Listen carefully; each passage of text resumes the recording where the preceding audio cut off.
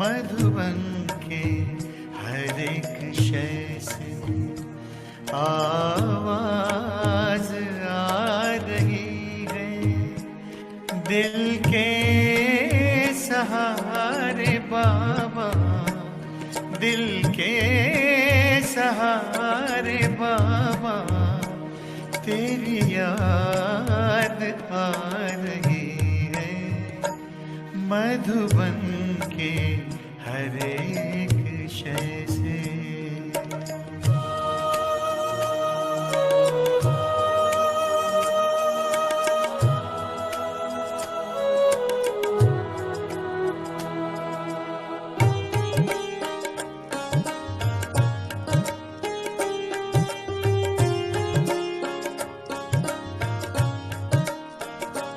कुटिया की ओर जाए तो फूल और लताएं, कुटिया की ओर जाए तो फूल और लताएं, बढ़ कर के राह रोके कुछ मंद मंद गाए,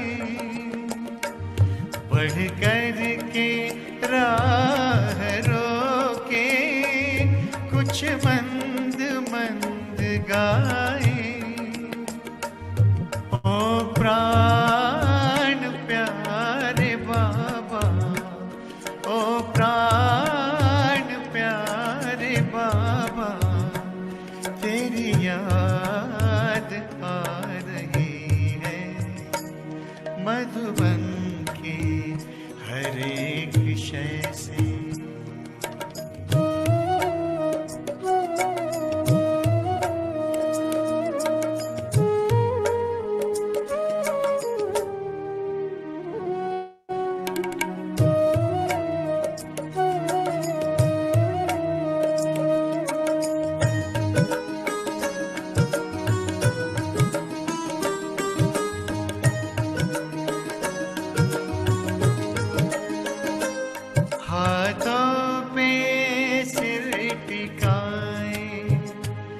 लेटा हुआ फरिश्ता, हाथों पे सिर टिकाए, लेटा हुआ फरिश्ता, कमरे में देख अब भी दिल ने कहा आहिस्ता, कमरे में देख अब भी दिल ने कहा आहिस्ता।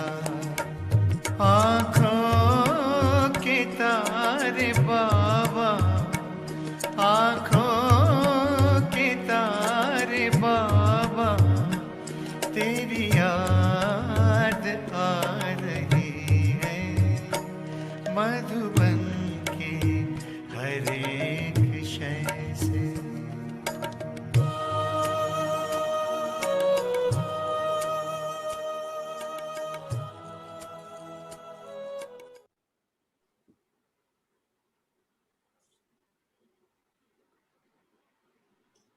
Shanti.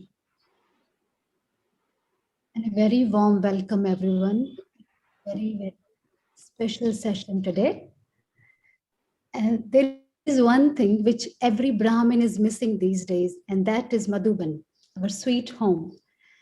And, we're all finding different ways to connect with Madhuban. Today, I find YouTube's links, Tower of Peace Live, Baba's Hut Live. So we're all finding these different ways. And today we have Sister Manda with us, direct from Madhuban. She will be sharing with us her Madhuban experience, Madhuban learnings. And the beautiful thing is because she's in Madhuban, Pandavan, so we will be experiencing those divine vibes also. Thank you, Didi, for joining with us today. Sister Manda started her spiritual journey in 1981 in London.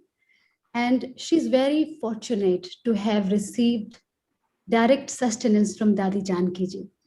And because of her spiritual efforts and virtues and dedication, she has participated in many seva projects. Like in 1986, she coordinated the Peace Bus Project, which toured in 16 UK cities as a part of activities in observance of the United Nations International Year of Peace. And for 7 years, she has coordinated the administration in Global Cooperation House. And also, she has served as director of Global Retreat Center, Oxford, for 26 years. It's a long time, 26 years. And I have known Sister Manda through Sister Aruna because they both are very close spiritual friends. Right, Manda Didi? Definitely. And one very like small experience with her, small but very big actually, which I really want to share today here with all our brothers and sisters. So once long time back, we were in the same car and we were going from Pandavan to Shantivan. And then, I didn't know her much that time, but still I know that she's Aruna Didi's friend. So I have this confidence to ask her some questions.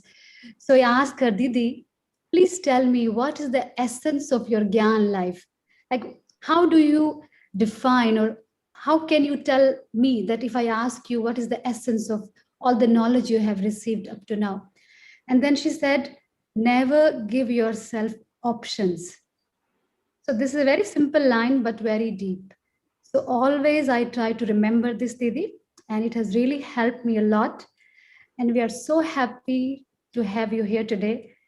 And also just want to announce this program is only for regular BK students. If somebody has joined, please, just for your information, this is only for regular Brahma Kumaris Raj Yoga students.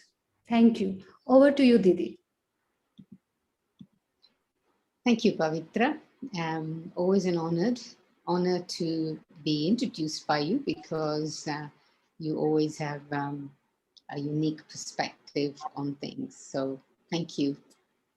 So hello, everyone. Om Shanti. And I was going to say a very warm welcome to Madhuban. I know that the whole of the Brahmin family outside of India, probably in India too, but I definitely know outside of India, everyone's intellects are in Madhuban. And for some, it's probably been about a year. For some, it's been longer since you came here. But at a time like this, when we are experiencing some unique situations in all our places, our intellect definitely goes to Madhuban, and we recollect our memories of the time of being here. And I consider myself not just hugely fortunate to be here, but I feel a sense of responsibility in some ways to invoke you all here, to feel your presence here, and be conscious of the fact that you're all, your intellects are here as well. And so that feels very special too. And I know that double foreigners have tried to, or have made a lot of effort to bring you Madhuban. But of course, being physically present here is a unique thing in itself. It's always beautiful. And so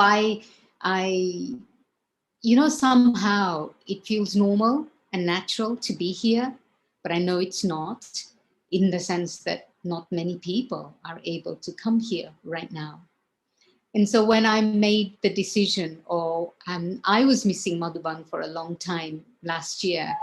And so when situations occurred and I really felt that I needed space, I needed distance, and I needed a change, there was nowhere. I contemplated other places to go to, but of course, Madhuban and Bharat was the only place that was opening its doors for people to come, people like me. I can come because I have an OCI document which allows me to come. I didn't need visitor's visa. So the opportunity was there. And so I made the decision, although at the time people were not quite sure if that was the right decision to go to India because of the pandemic and what might occur. But yet it just felt right to me that that's what I have to do. And I've been here for just over 2 months now, actually, over 2 months. And the first month felt as normal. There were so many activities and the usual celebrations of Shiv Jayanti were happening. We were going from here to there and all of that because India was relaxing its measures. And so we were able to mix and all of that.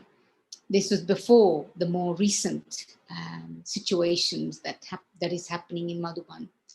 Anyway, as you all know, that the Guzar left the body and there were big gatherings. And after that, many people in Madhuban started to be unwell. And I happened to be one of those. So I caught the coronavirus. And that was a unique experience in itself. I'm generally very healthy. I don't really have any major issues of my health, but I was starting to feel like I was catching a cold or something like that. And I just thought to myself, well, it's just, usual. I had a couple of difficult conversations, which I thought maybe the psychological reasons for my feeling like I'm going to catch a cold. But anyway, that never improved. To cut a long story short, it became worse. I was I had some x-rays and CT scans and it was getting worse. So finally, I ended up in quite a weak condition in Ahmedabad. And I was in hospital in Ahmedabad. I couldn't, and that's the experience that I kind of, people ask me, how terrible was it? And in one sense, I didn't experience any pain or sorrow or suffering. I just felt blank. And I think somebody said to me, did you remember Baba? And I have to be honest, I don't consciously remember in that moment remembering Baba. But I do, on hindsight, think that it's because of my remembrance of Baba in the past, my own practice of soul consciousness in the past, that I only felt blank. And I remember at one point my attention on my breath and thinking, all I have to do is just breathe, nothing else. I wasn't questioning anything. If the doctors asked me to do something, I just did it. I didn't question anything at all. And became quite weak, physically very weak. And remembering Baba, I got up at Amrit Vela in my bed, in my hospital bed, and I kind of, tried to remember Baba, but I dozed off. But I realized after 5 days that I was on sleeping tablets at that time, probably just as well, because it was the only time I was getting a rest. Anyway, as soon as I got out of hospital, I had the opportunity to come to Abu. And so I took that opportunity and was in convalescence for about 8 days in a place right near the hospital. But I think my whole experience probably begins there, because then it starts to become a different experience of Madhuban than I have had in the past.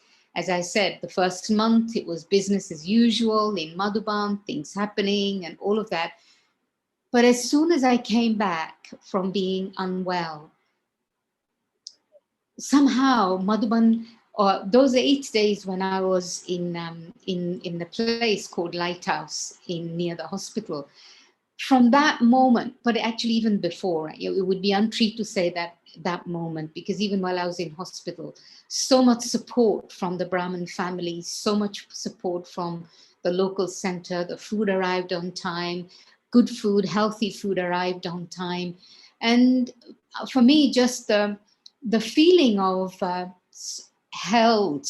And as soon as people started to hear that I had COVID, I was getting so many messages from around the world of the fact that they were thinking of me, they were sending me love and wishing me a good recovery all over the world. People that I don't normally hear from, I was getting messages. And you know what?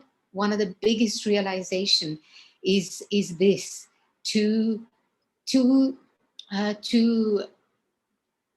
allow those good wishes to be known. And and I'm sure so many people thought about me as well, but didn't actually send me a message, which is okay. But because I'm like that, I'm not always so good at responding or reaching out to people. But you can't imagine the power of that. When you're feeling so weak, I'm feeling a bit kind of emotional just thinking about it.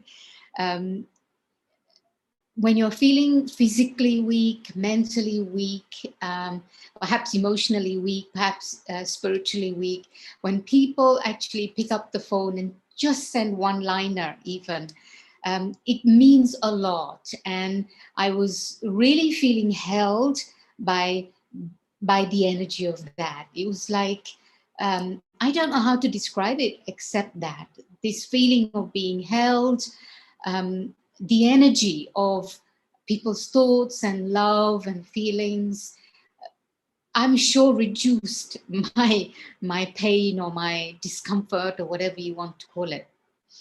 The fact that I also have the habit of not kind of, being easy, I think that helps as well. So one of the biggest learnings I have to say is that.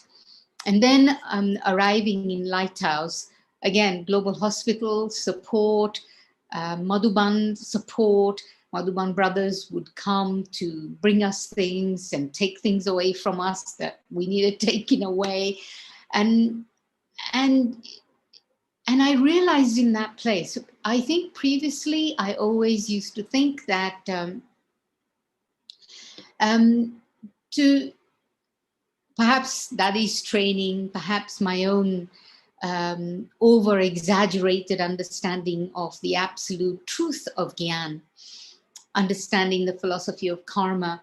I always felt that I have to do in order to receive, or I must give back what I've received, and so on. But during this period of convalescence, and even after, so my thing was, it was as if I had a contract previously. It was as if my relationship with Baba and the family, to some extent, contractual, which is not true, actually. I belong to Baba, and this is my family. Banarasi Bhai was so sweet. As I came out of the hospital and was in the center, and I just said, Banarasi Bhai, thank you so much. I should add that when I needed to get to the hospital, there were no beds free anywhere. No hospital had beds free at that time. But Sister Gopi, who's with me here, and she also had COVID. So she was already in hospital 2-3 days before me. But she insisted to the doctors there. She phoned the doctors themselves and said, you have to let her come. She can have my bed and I will sleep on the sofa. So she actually, and then finally they agreed. And I remember being in the ambulance, and one of these ambulances, the suspension was probably not so good. And so I was on the floor, there was a stretcher, but it was very close to the floor. So, coming up and down, all the bumps going from Shantivan to Ahmedabad, I was probably more exhausted from that. But being in that ambulance also, they had to stop the ambulance for half an hour because they didn't know where to go, because it wasn't confirmed. But finally they agreed that I could go to the hospital that Gopi was at, and Banarasi Bhai, it was the hospital that Aruna Bhai was at, and Pravina Ben was at, Neelu Ben was at. So all these people who had corona were all there. And Banarasi Bhai, I just said to him, Banarasi Bhai, thank you so much for being so generous and so available and ready to just do anything. And he said, but we're a family. And it's not as if those words I haven't heard before, but actually I felt this sense of family, of, even though the family is so big and being taken care of and really delicately held. And it was in this moment, in these days, that I really began to experience my own fortune, that all of these aspects are related to my own fortune, not just because I've done something, but I belong to Baba. This is my family, and it's my fortune that I am receiving this support. It's my support and my blessing. It's a blessing for me that I'm receiving so much support and being held. After those 8 days, we arrived in Pandavan. So Gopi is also with me. So we both arrived in Pandavan. And again, everybody in Pandavan, somebody said that Madhuban Nivasis are very generous in that way. If you're unwell, they'll all pitch up to help you in whatever way they can. Afterwards, they may not see you, or even if they see you, they won't say hello to you for 2 months. But when you're not well, they will pitch up. And there was not anything, it was not enough they could do. Everybody, anything you need, what can we do for you? Any food you need, any fruits you need, anything you need, please just say so. And somebody arranged juices for us, somebody said arranged fruits for us. So really, that's been the special thing. And now I think it's just a bit over 7th, just a little bit over, or this is just about a month that all this was, my infection had started. So now it's been a month, almost recovered. I have to say, almost recovered. Sometimes days are not so good, but the thought of taking up the journey to go back to the UK still feels a bit exhausting. At one point, before UK went on red list, somebody phoned us up and said, look, there's this special charter flight that they're putting on, and would you like to go on it? So I remember us going through this journey. This was 3 weeks ago, right? So we went through that. Okay, we got to pack within 10 hours, then we got to take a car and all of that, and we just couldn't do it. So exhausting, couldn't do it. Interesting drama, that flight in the end got cancelled because UK didn't allow any extra charter flights to come in.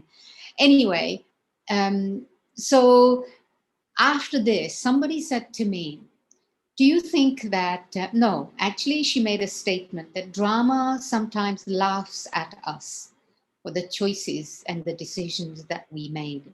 Implication being that I made the choice to come to India and then ended up experiencing this. And I actually felt, no, I didn't regret my decision of coming to India, or I didn't feel that drama was laughing at me. In fact, drama was offering me opportunity. Drama was giving me an opportunity, together with all of this, very much the feeling that, and I sit in Baba's room every evening, and very much the feeling that this is the time now to finish the past. It's, how can I say it? It's not so easy actually to express that. How is it that we can be free from our past? And it's something that we speak about. It's a very subtle thing how we carry roles or responsibilities or experiences and identify with those experiences and feel that there are certain ways we have to be, or certain things we have to do, or any of that. And I think there are subtle ways in which we carry that with us. And my feeling now is that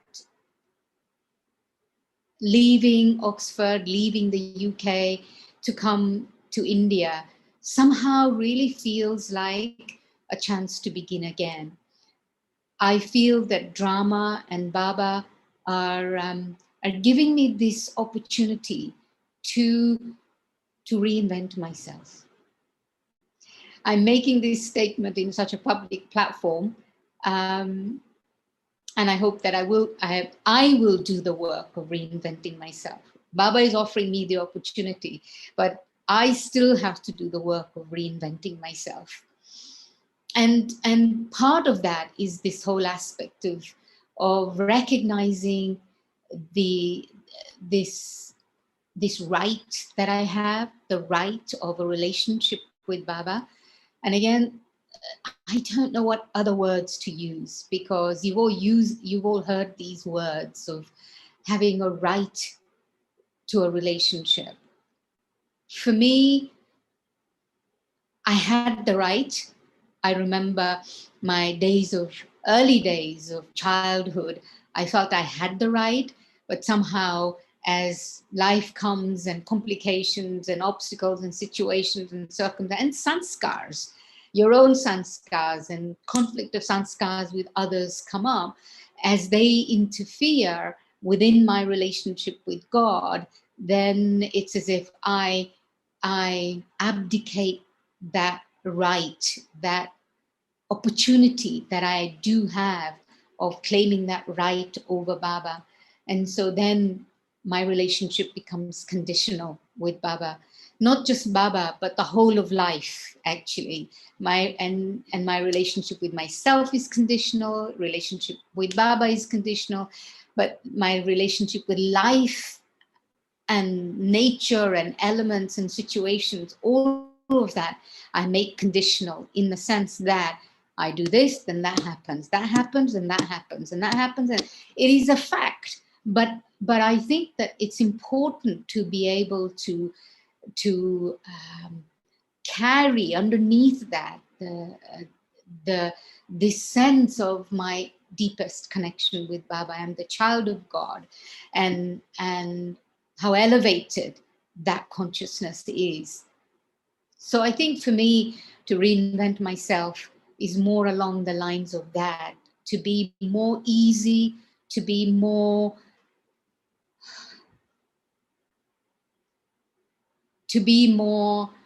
accepting, if you like, of all of these situations and circumstances that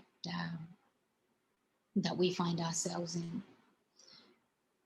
The other aspect, I think, is in terms of my relationship with Baba, is that the inheritance, that God gives me an inheritance the moment I come to Him, and the moment I belong to Him, I receive an inheritance. To what extent am I claiming that inheritance, which has no conditions? Has no condition. I belong and I receive. And so part of my practice here in Madhuban is to receive the inheritance of absolute peace. And my practice has been to allow myself to invoke Baba's presence, as this deep and profound and vast and unlimited ocean of peace. And to dive into that peace to such an extent that just as the deeper that ocean is, the more silent it is, I too become silent. I too become peaceful. I too experience the depth of purity, and allowing that vibration, that energy to seep into my consciousness in such a way that I take as if I sense that energy, sense that presence entering into my heart, entering into my mind, entering into my consciousness, and ultimately also entering into my body. Because this is the body that is the matter, that is the elements that's closest to me. And it's this matter that I have to begin with before I think about the elements of nature as well. And so because I very much believe that my experiences have infiltrated into the cell of my body, and I need to transform that through the power of yoga, through the power of God's love, God's energy, of purity, God's peace, and the experience of joy, again, that is totally unconditional. And as part of this, my sense really also is that as time has gone on, I've taken charge of my life. The other thing, actually, while I'm here, remember is that when I was sick and unwell in hospital, I suppose the other thing was just to surrender to that situation, just to surrender, expect nothing to be anything other than what it is. I had no questions, no doubt, no sense of regret, or no sense of yeah, I suppose regret. I wish I hadn't done this. I wish I had done that, because the fact that my infection got worse, there was a 6 or 7 days period where it could have been nipped in the bud, but it didn't. But there was no point. There was no need for me to go there even. And it's not that I had to make the effort for that, but naturally, I just didn't. It was just surrender to the moment, surrender to that situation at that time. And so, with that in mind, this sense that I've taken charge of my life over a long period of time, and I've got to hand over the reins. I've got to hand over the reins to Baba, and I've got to hand over the reins to drama. I've got to hand over the reins to my fortune. I've got to hand over the reins to my destiny. And the other feeling I have, I was writing to Sister Mohini the other day, because she was writing to me and saying to me, come back to the UK. It's okay that there is hotel quarantine. And, I've had actually 3 or 4 people offer me to go back to the UK, and they will pay for the cost of the hotel quarantine. One person, in fact, sent a message yesterday, not a BK, I mean, not even really a close contact of BK's, but acquaintance, if you like, whom I met 15, 16 years ago and at GRC. And then recently he's come back into connection, and he sent a message saying, I'll fly you in, come back to the UK, I'll fly you in. And I don't know what that means, but not that I took up his offer. But the feeling, I was saying to Sister Mohini also, that it's not that I want to stay here and I don't want to go back to the UK. Absolutely not at all. But each day, I'm taking each day at a time, and just this today, right now, this moment, the rightness of being here, the rightness of this moment. And maybe in 3 days, 4 days, 5 days, 10 days, 20 days, I will feel, okay, it's time to move on, and it's time to go back now, whether India is still on the red list or not. Of course, Madhuban people here, every day someone says to us, forget about going back to the UK now. Just stay here. There's nothing to go back now. Just stay here. And I said, well, what am I going to do? They said, there's lots to do for you. You don't need to think about it. So just the feeling of the rightness of this moment and rightness of what is to come. Now, 10 days time, when I go back to the UK, whatever the future offers, it's all going to be absolutely fine. Somebody's asking, have I taken the vaccine? No, I haven't taken the vaccine. But not because I was rejecting it. The reason why I haven't taken it is because before I left the UK, middle of February, my turn hadn't come yet. 60-year-olds hadn't yet been called to take the vaccine.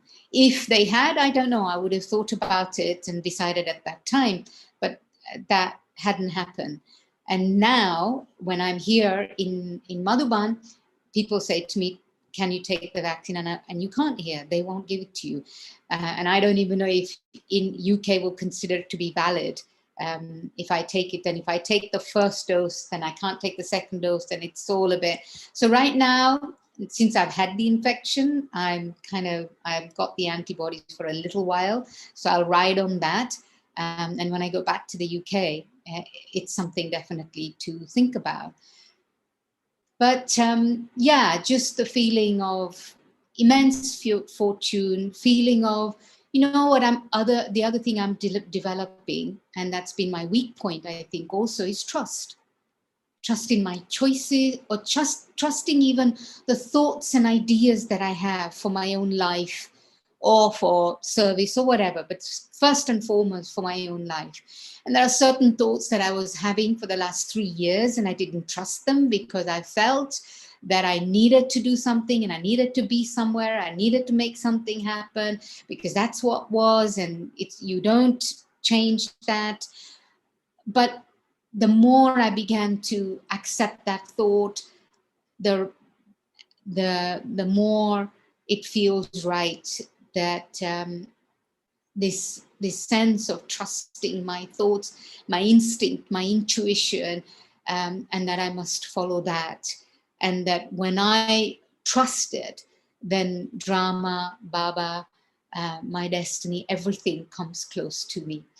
And I remember, I spent so much time with Daddy, but I remember the last 2 or 3 meetings that I had with her, especially because it was in the days when she didn't think too much. She wasn't kind of looking and analyzing or making statements because of this, there is that. She just was so intuitive and instinctive. And all I did most of the time when I saw her was to sit with her, and nothing else, just sit with her. And one time she just gave this, she just said, you got to free yourself. You've got to free yourself completely. I mean, I wasn't even having a meeting with us. A guest was having a meeting and she was just giving me a piece of totally. I don't know what she meant at that time. I think even that is becoming clear as time goes on. And just a sense of everything is okay. Everything is okay.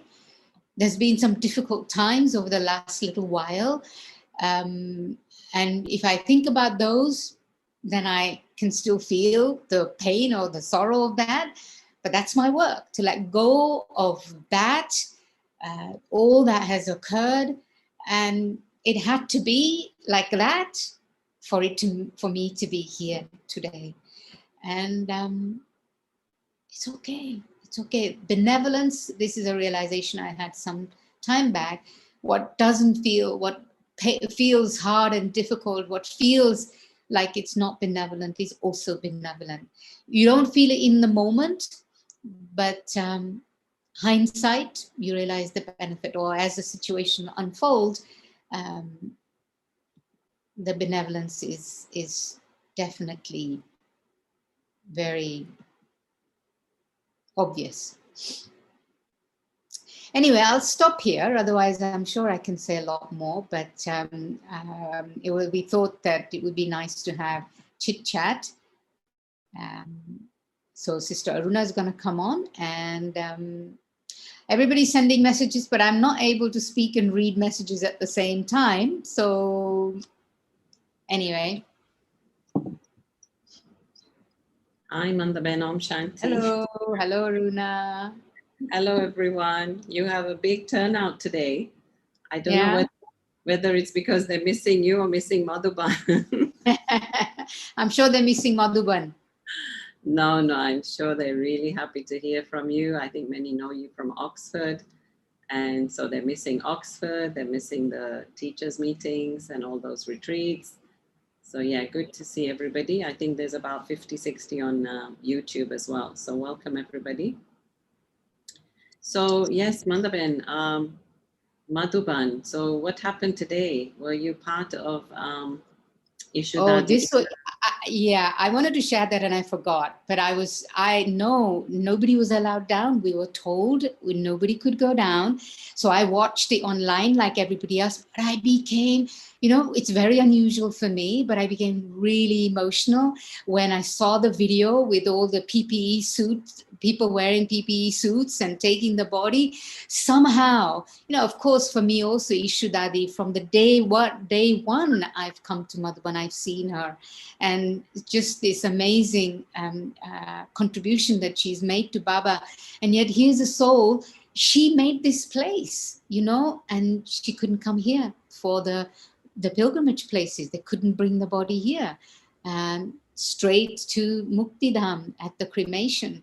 So I really did feel quite emotional watching that. It was unusual for me, but nobody was allowed. So we were just here watching on our own devices, the funeral and the Borg offering. I sat in the little sound room that's there with a few brothers to be part of the Borg ceremony. So no, none of us could do anything. We just had to stay put. And actually, I should tell you that it's complete lockdown here, which means we can't even go for a walk around the lake. This has been ever since we've been here, last 2 weeks now. The other day I was going just up to Swadershan Bhavan, just past the gates of Om Shanti Bhavan. So I wasn't even far, and the security guard from the gate called me, and I came back and said, "You can't go anywhere." I said, "But I'm just going there." He said, "No, nowhere." Because that day earlier on, just from that road, they took 3 brothers. They took 3 brothers, Madhuban brothers, because they shouldn't have been wandering outside, and they took them to a place where they had to wait until they did a PCR test, and then PCR test comes negative, simply because they broke the law, considered broken the law. So it's really quiet. And this is what I actually wanted to say, and I forgot that Madhuban is extremely quiet. And what I'm really enjoying is any place you go to, you see Madhuban Nivasis meditating or in Baba's room, and I feel their presence. I feel that yoga power.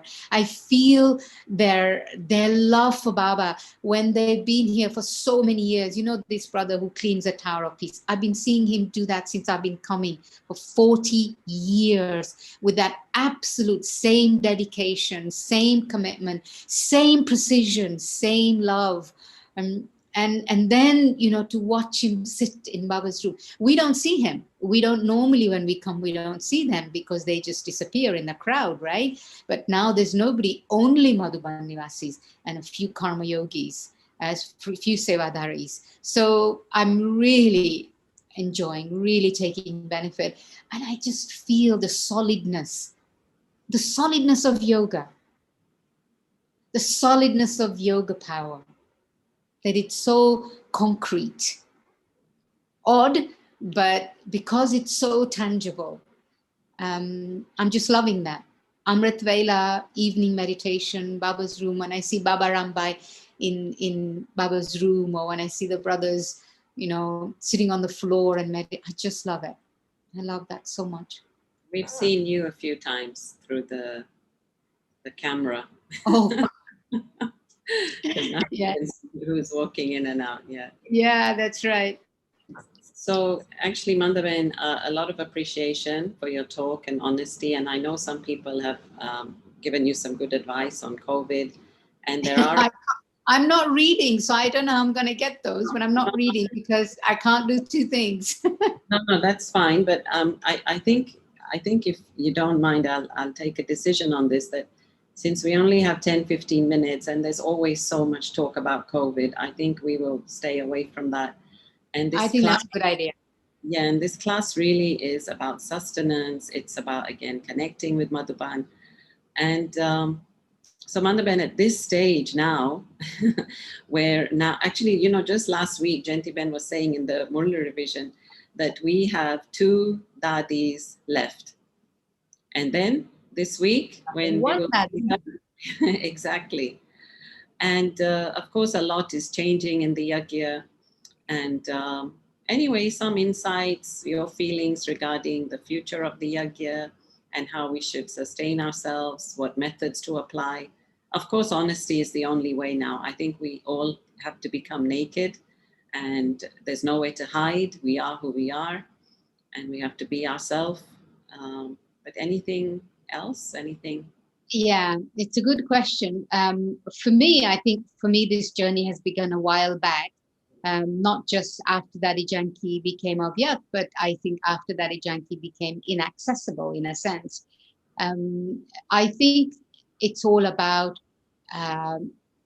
evolving in our own journey, without confirmations from others and confirmations and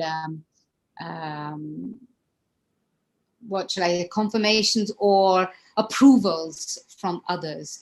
And we're all at the point where I feel that our scaffold had been the dadis. The dadis manifested our vision for us. And I don't think that we took ownership of our own responsibility of creating that vision for ourselves. And so I feel that it's, first of all, creating that vision for ourselves with Baba, and actually taking the responsibility to manifest that vision. Now in Madhuban, Murali is happening in the meditation hall with social distancing. So not everybody can sit there. So this started about 4 days ago when this strict lockdown began. And so we are told that we can sit wherever we want to for meditation. So I've been sitting here at the Tower of Peace. There are about 20, 30 people sit at the Tower of Peace. I see about 15, 20 people sitting in the courtyard. And there are some people sitting in the meditation hall. And it's like, even the scaffold, and COVID has done this for us, the scaffold that we must do this and we must have this, all of that is going. We're really having to create Baba's room here. We're having to create the support of being in the gathering for Murli class here. And in a sense, sitting here at the Tower of Peace, and I watch people. And the other thing I see in Madhuban is that actually Madhuban Nivasis are very non-judgmental. They're very non-judgmental. Everybody is unique and everybody does what they do. Some weird, some strange, some different, whatever. But nobody ever judges anybody. That's the feeling I get. So whatever somebody does, it's okay. It's okay. And I feel that this is something that we also have to learn about, how we have to be with other people. We've also put ourselves in boxes. We put other people in boxes. I think we've been quite a judgmental community for each other. How we should be and how we should look and how we should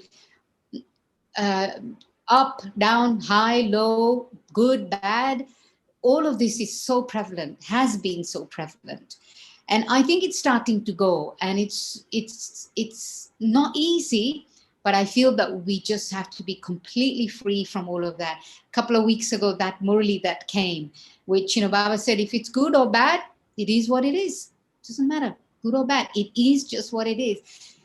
And how much can I really live with that?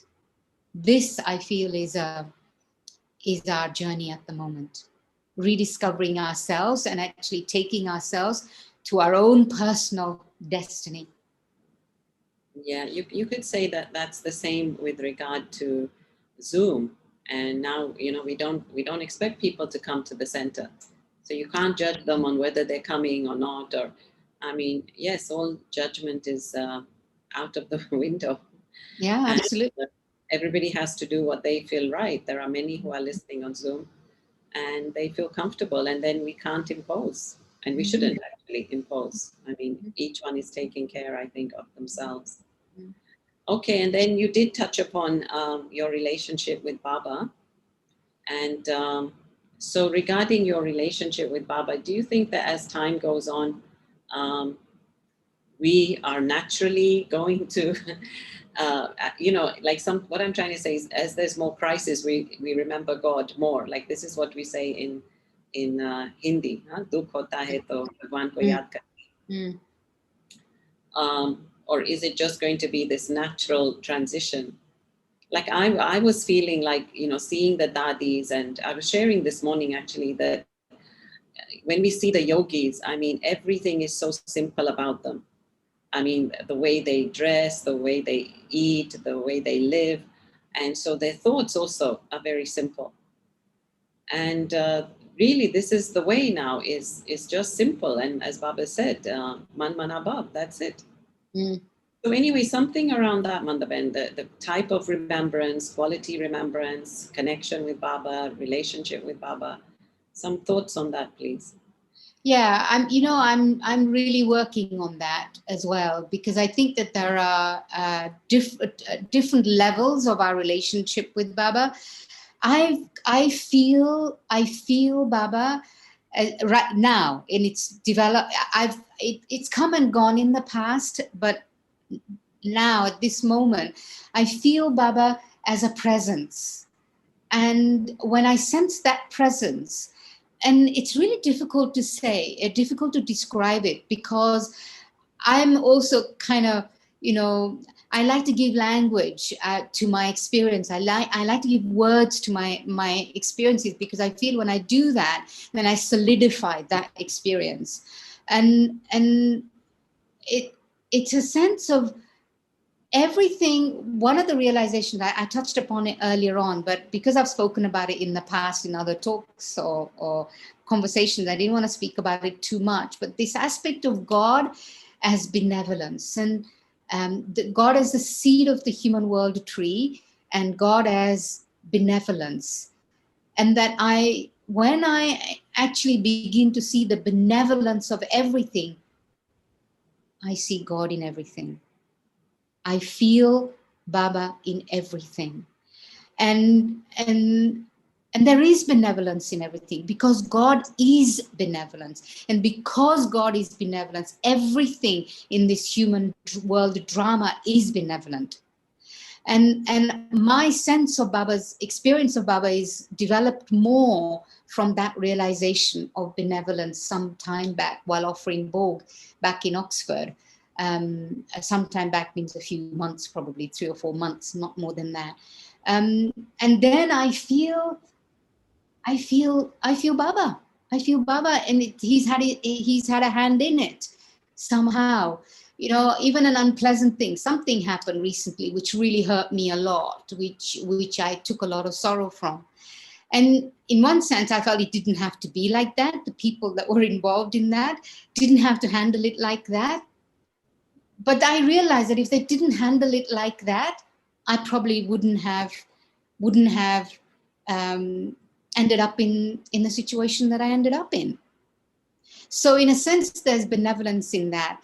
But my karma, my vices, because sorrow is vices, right? My vices, my body consciousness, my ego makes me take sorrow from it. I still, even though I realize that, I know that, I can't say that I've let go of it, but that's what I'm working with Baba now. And then there's the other aspect of really experiencing Baba in such a powerful, concentrated way in yoga.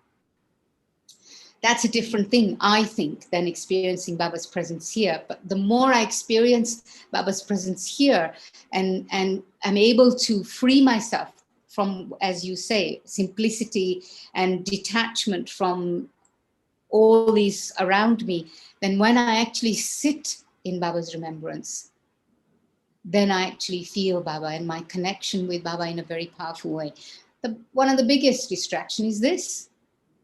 The biggest, I often say to him, I don't need the phone here. I can just put it away, but I still have it. Why do I have it? I need to. And I was saying to myself today, I don't really need the phone, especially in the mornings, at least until lunchtime. I should just put it away and not use it. Yeah, I was thinking the same thing, Mandavan. Like if we look back at the 14 years of tapasya, they didn't just, have a minute, and there was no internet, there was no phone.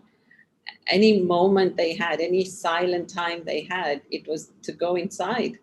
To sit in meditation. And here we have a single moment, and we're like, okay, what's new? What's the latest? Yeah, something that I've been saying a lot, that because it's so easy and it's so simple, that's why we can't do it. Because it's so easy and so simple. The more simple and the more easy it is, the more difficult it is to do. And if I can simplify my mind in that way, and learn to accept the simplicity of life. Life is very simple. And as we progress, we made it complicated. Yeah, but also like last week's Murli, and I was sharing this with our class, that really, if I wasn't churning, then I'm not sure I'd still be here. Yeah. You know, Yeah. it's like Yeah. when I churn, it somehow clicks. And when it clicks, then you can't run away from that truth.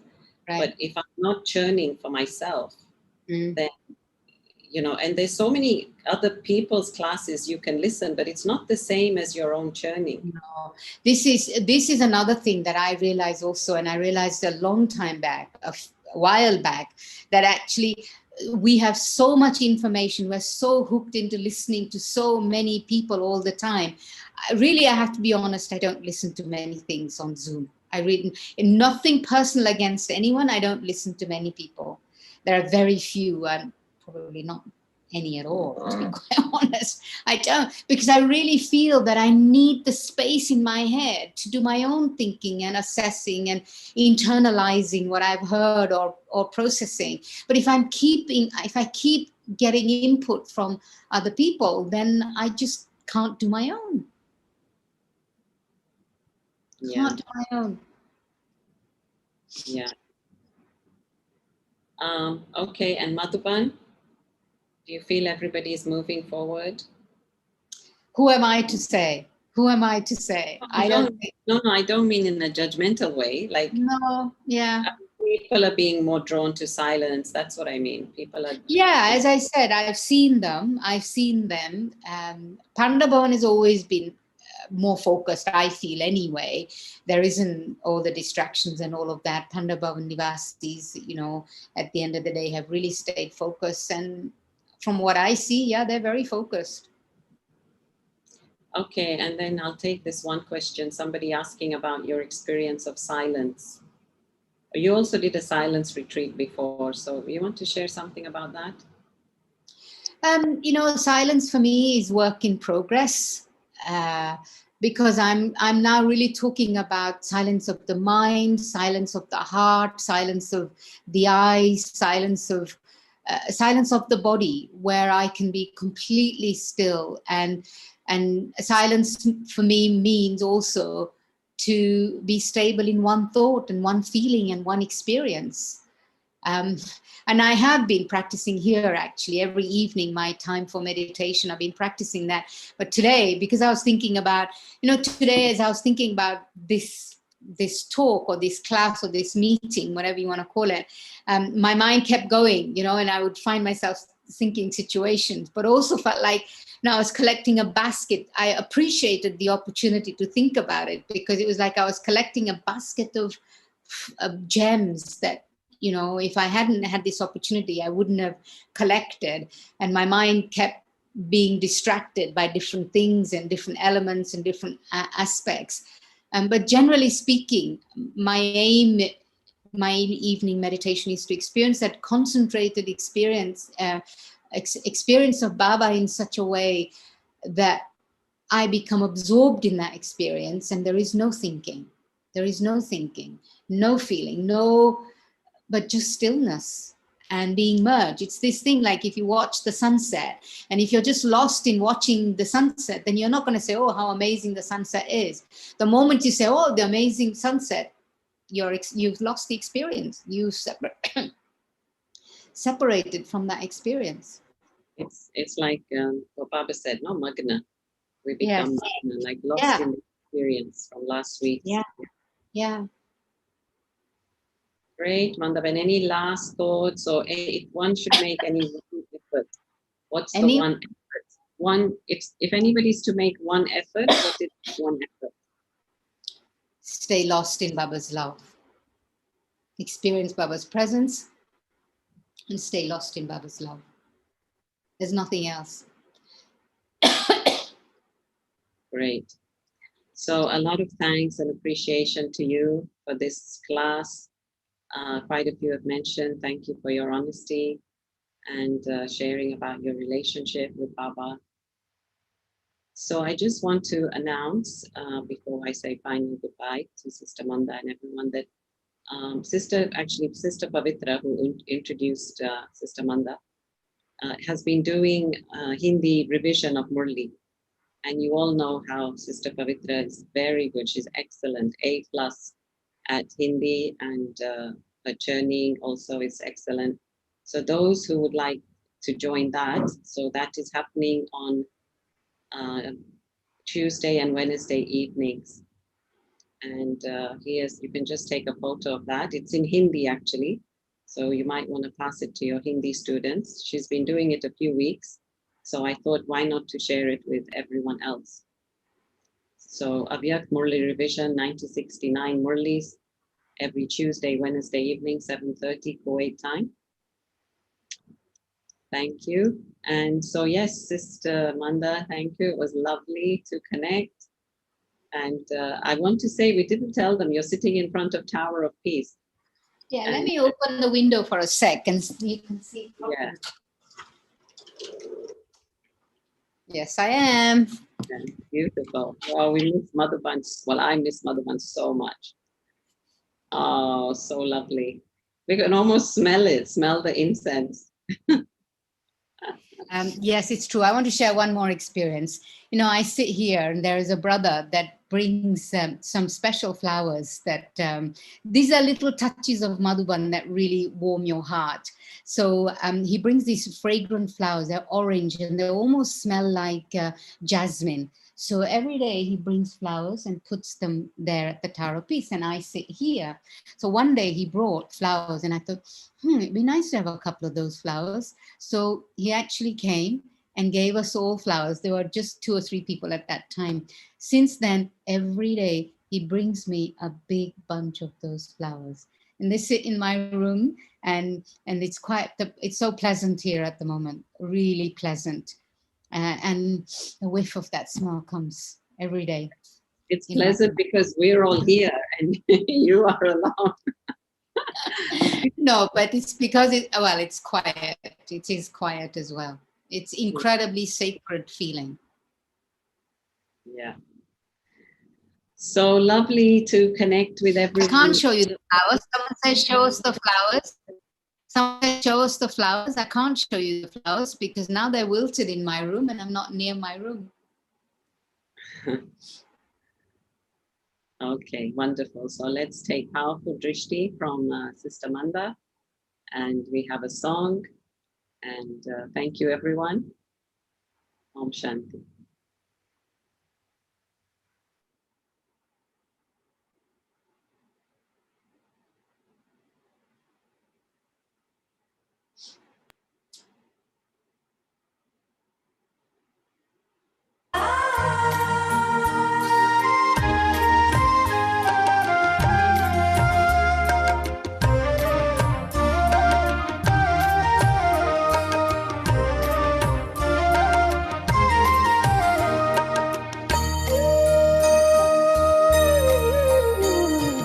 हजारों धन्यवाद है ओ मेरे बाबा, दिल करता तुम्हें याद है ओ मेरे बाबा। हजारों धन्यवाद है ओ मेरे बाबा, दिल करता तुम्हें याद है ओ मेरे बाबा। ओ प्यार लुटाने वाले, जीवन बनाने वाले, ओ प्यार लुटाने वाले, जीवन बनाने वाले, शुक्रिया बारंबार है ओ मेरे बाबा। हजारों धन्यवाद है ओ मेरे बाबा, दिल करता तुम्हें याद है ओ मेरे बाबा।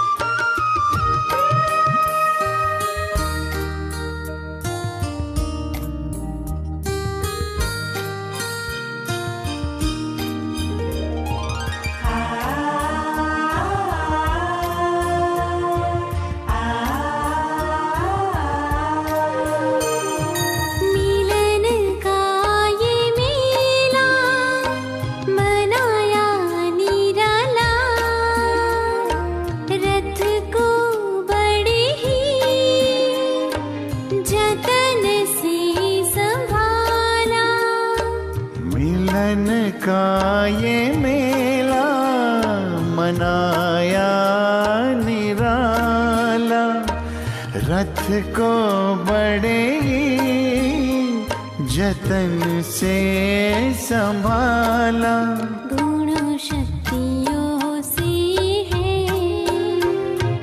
सबको सजाया, उमंगों के पंख दे फरिश्ता बनाया। मन पंछी आजाद है ओ मेरे बाबा। हजारों धन्यवाद है ओ मेरे बाबा।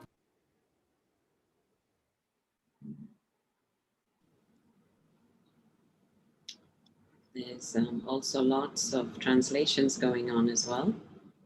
I think there's 75 listening in Spanish as well. So thank you, Pandavan. Maybe if you're there some more time, we'll have you again. Thank you. Thank I you, didn't hear the everyone. last bit.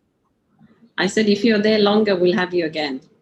Okay, sure, definitely. I feel responsible to bring Madhuban to everyone. Yeah, that's great. Yeah. Okay. Lovely. All right. Thank you.